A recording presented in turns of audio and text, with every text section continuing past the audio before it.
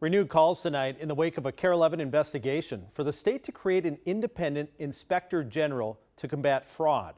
Here's AJ Legault with the latest development in Housing Hustle, a Recovery Inc. investigation.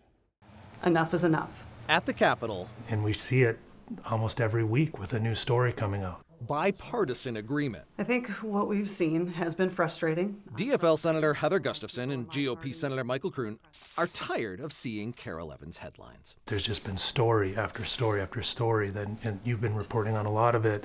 We should have known it, well over a year ago.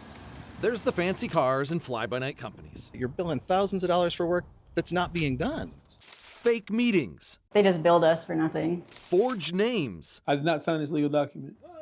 And now, taxpayers billed for housing help provided to people who were dead. The amount of fraud that's been going on in Minnesota has just really been unacceptable, and Minnesotans aren't going to stand for it. In response, the senators renewing efforts to create an independent inspector general who doesn't answer to the commissioners of the agencies like DHS they'd be watching over. Clearly, something else is needed. We cannot continue with the status quo on how we are fighting the fraud problem. During the last legislative session, their bipartisan bill passed 60-7 in the Senate, but ultimately died in the House over cost concerns.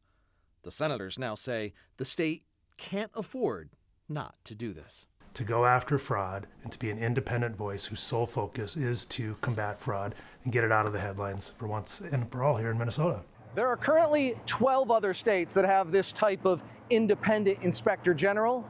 Minnesota could become number 13. At the Capitol for KARE 11 Investigates, I'm AJ Legault.